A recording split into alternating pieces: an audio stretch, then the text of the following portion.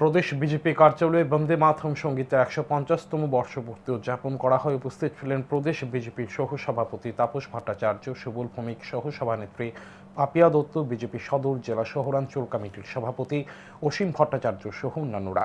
উপস্থিত সকলে মিলে সেখানে একসাথে বন্দে মাতরম সঙ্গীত পরিবেশন করেন। প্রদেশ বিজেপির সহসভাপতি তাপস ভট্টাচার্য অনুষ্ঠানে আলোচনা করতে গিয়ে বলেন, বন্দে মাতরম ঋষি বঙ্কিমচন্দ্র চট্টোপাধ্যায়ের রচিত শুধুমাত্র একটা গান নয়, বন্দে মাতরম কোটি কোটি ভারতবাসীর প্রেরণার স্রোত।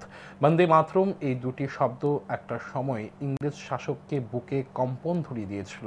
বন্দে মাতরম ভারতবর্ষের সাংস্কৃতিক বন্ধনের প্রতীক।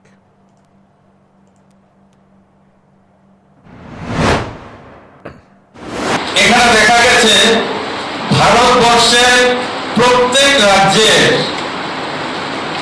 মানুষ এখানে আছে, শিল্পীরা এখানে আছে। প্রত্যেক রাজ্যের যে সংস্কৃতি, সেই সংস্কৃতি আমরা এখানে দেখতে পেয়েছি। অর্থাৎ বন্দে মাতরম শুধুমাত্র একটি গান নয়, এটি ভারতবর্ষের সাংস্কৃতিক বন্ধনের প্রতীক।